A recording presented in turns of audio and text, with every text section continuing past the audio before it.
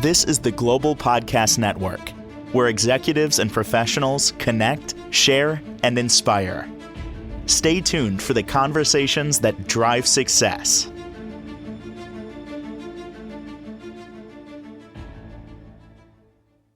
Welcome back to the show. We are once again joined by Lynn Winters. Excited she's joining us again today to talk more about the amazing benefits of hypnosis can do and so much more.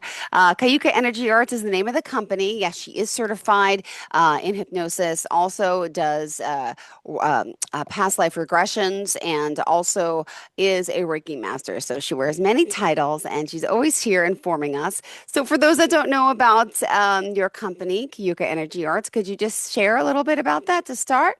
Sure, I'd be happy to. I'm a Reiki master, so I do private Reiki sessions.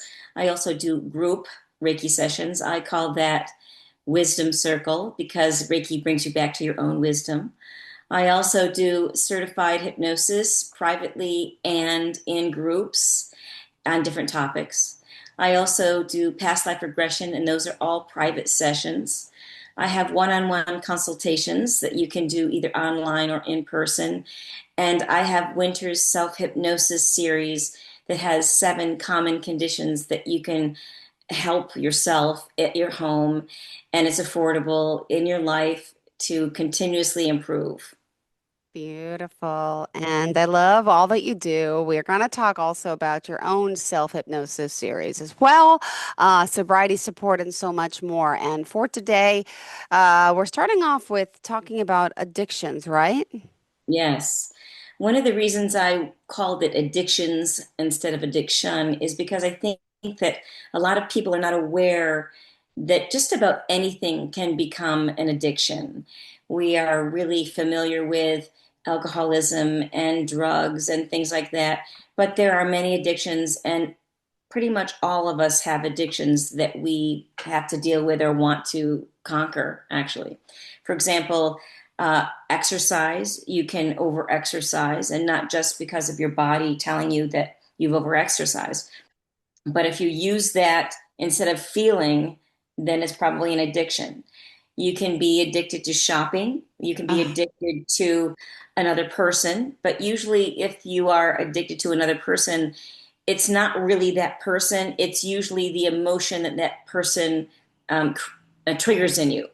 Like, for example, you can be addicted to being a victim, and it could be someone that is abusive or controlling, and you really are after getting the fix of um, your personal feeling that you have about being controlled by other people. You can also have addictions. Rageaholic is another type of an addiction, where that's yes. the most common go-to is rage or anger. Um, that's pretty common, but not usually talked about very much. You can be addicted to food. You can be addicted to money, even though, making money is socially a positive. You can have it block out and become more important than taking care of yourself or taking care of other people, having an open heart and being compassionate to other people. So I just wanted to bring some of those things up so that people could have a chance to self-examine and see if you have any and where they're at, and really what might be what I call the motivator, what's really behind that.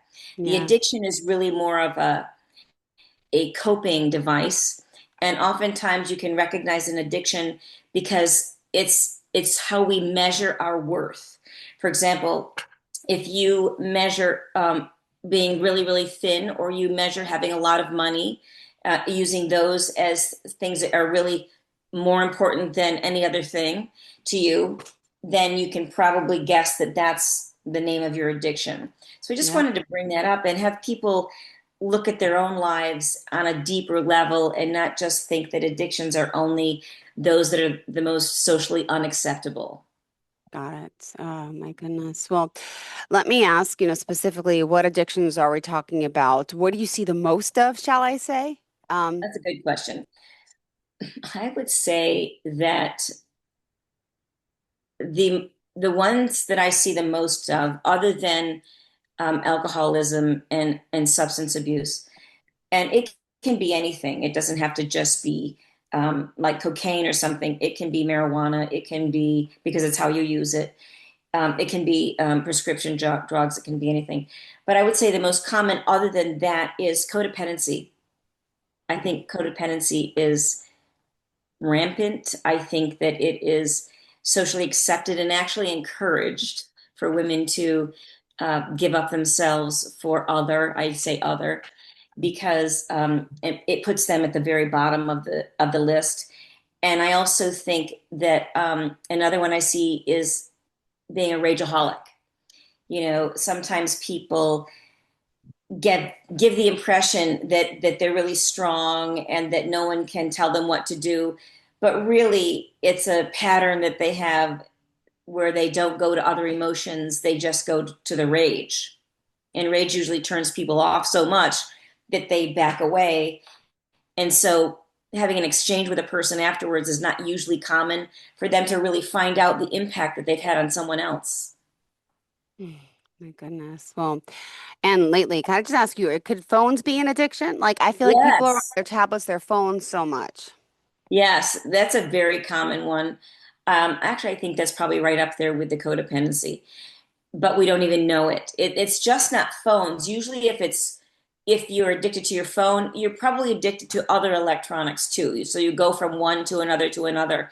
And it's very common to get up in the morning and go right to your phone. What you're actually doing is you're getting a fix so that you can put yourself right back into that same emotional condition that you went to sleep in, instead of actually having time with yourself and find out who you are and what you really want and how you really want to be that day. You just plug into, I'm going to call it the rat race.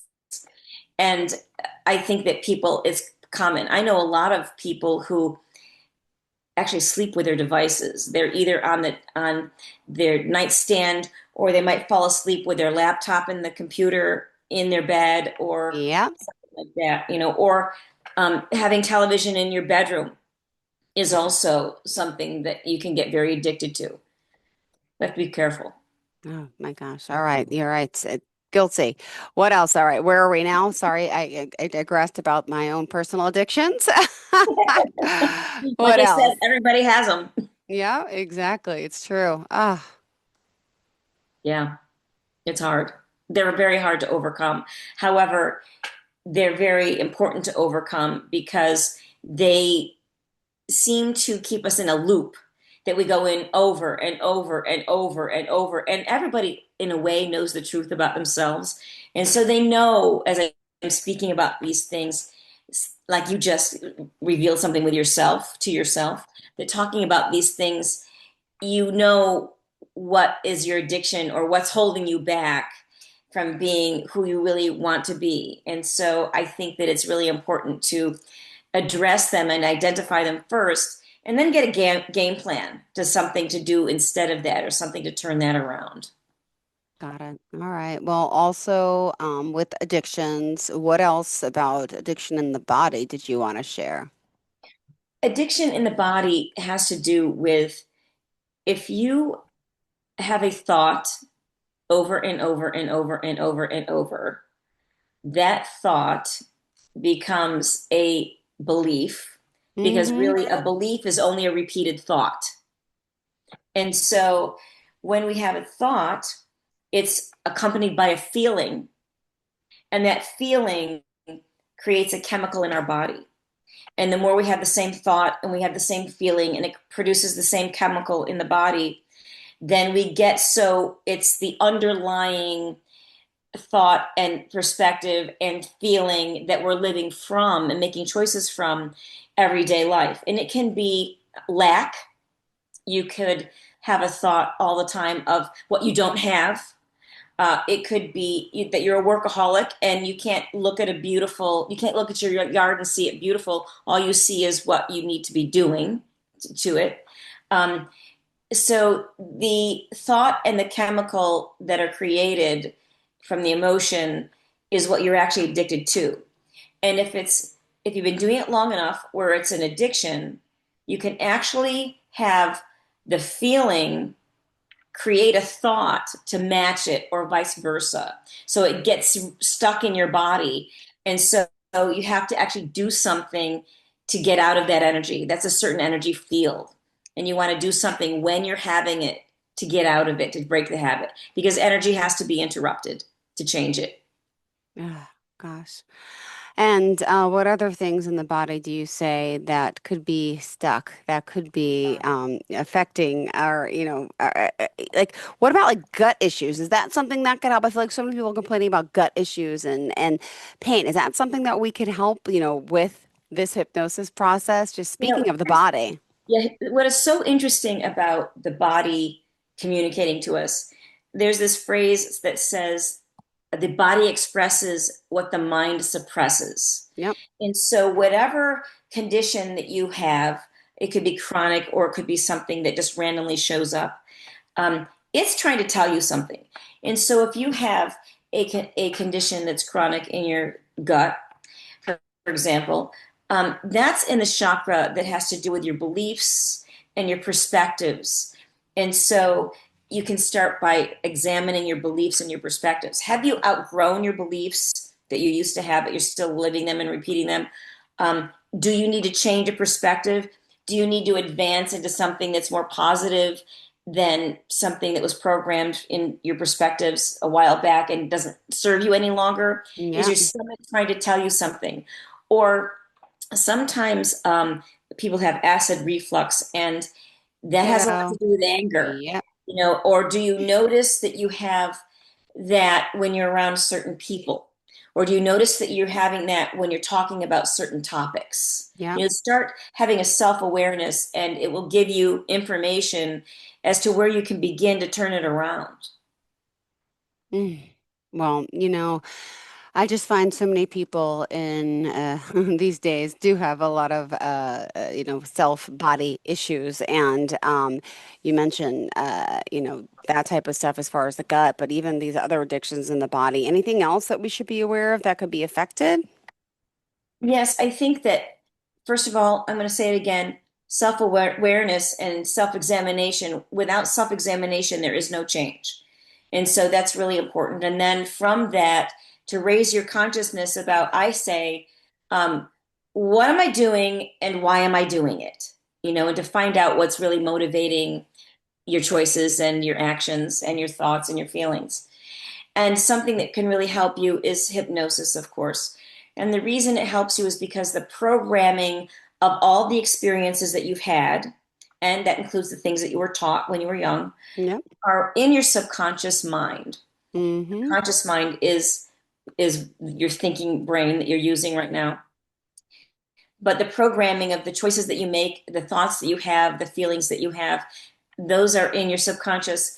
And if you are strong enough and brave enough and willing to do whatever it takes to change those Bang. patterns, because that's what it is, it has to be willing to do whatever it takes to turn it around so that you can set yourself free to be the person that you want to be. I suggest that you try hypnosis because it goes right to the source of it. And it may be just that you need some added information about how you got that programming, so that you can have more self compassion about yourself and not be so hard on yourself. Sometimes when people have addictions, and they're right in the middle of it and they know that they should like put down the cigarette or turn the computer off or whatever it is, they have that moment of awareness, but they can also often feel shame for already starting that thing.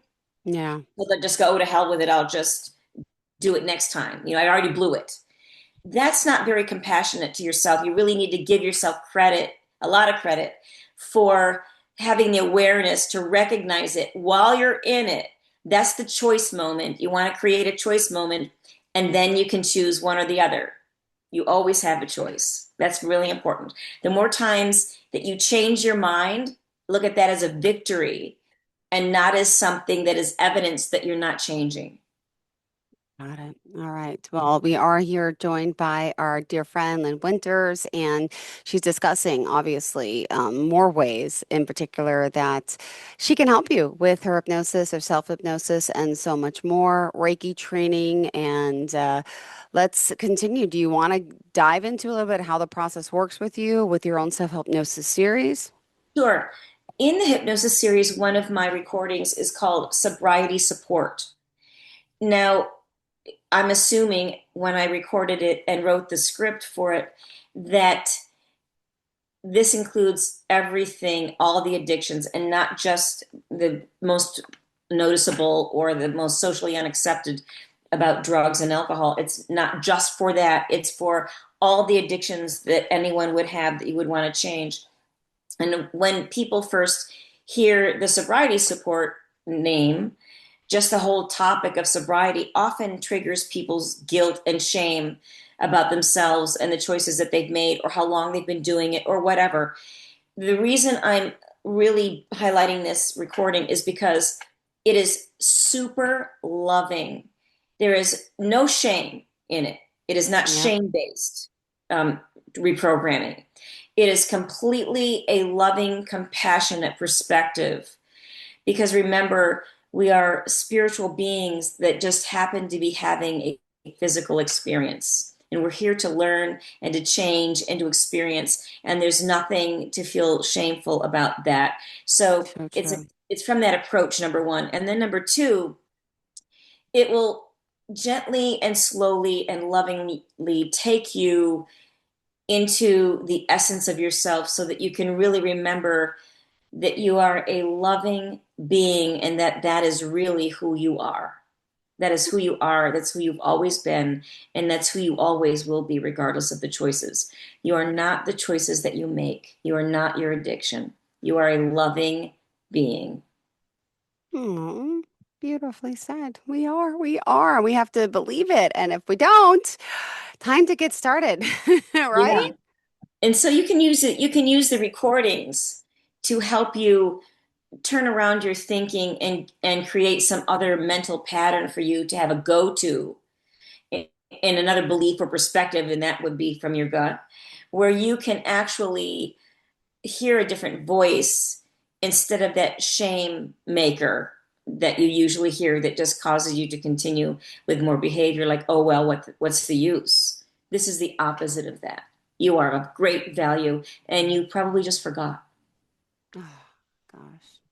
Well, could you share a story or two? I love hearing how you're helping people, especially in this area.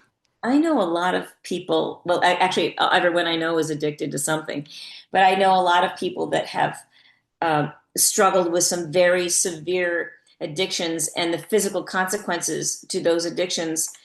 And they are extremely courageous. And something that they were not really aware of is the importance or the value of self care and self compassion. It's really interesting because when I start talking to people that are suffering from addictions that really have, I call it the enough place, when you reach that place where you've just had enough of what you're doing, that's a good place. It's not a bad place, it's a good place. That's the beginning of the end. When I talk to people that are in that place about starting with self compassion and stopping whatever recordings that they have in their head that are shaming them or feeling guilty, guilt serves nothing. Nothing. They are often, first of all, they're relieved, but they're very surprised that making themselves of value is the ladder out of it.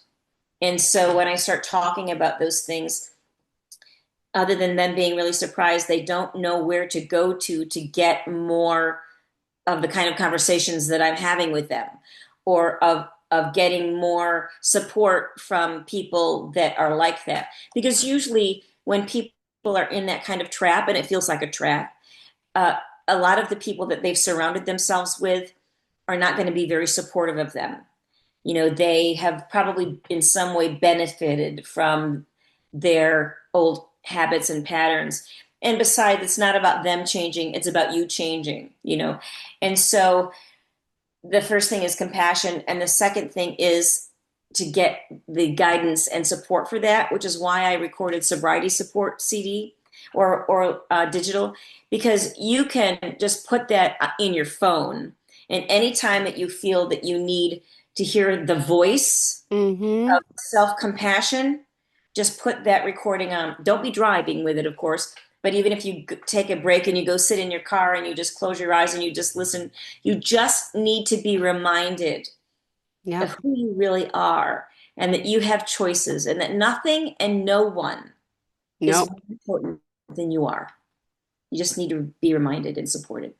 All right. We still got 4 more minutes in the show. What else do you want to make sure we are aware of? I'd like to have people realize that anything is possible. Anything Hmm. and everything is possible, and to not limit themselves to only a few choices, because there are many, many choices.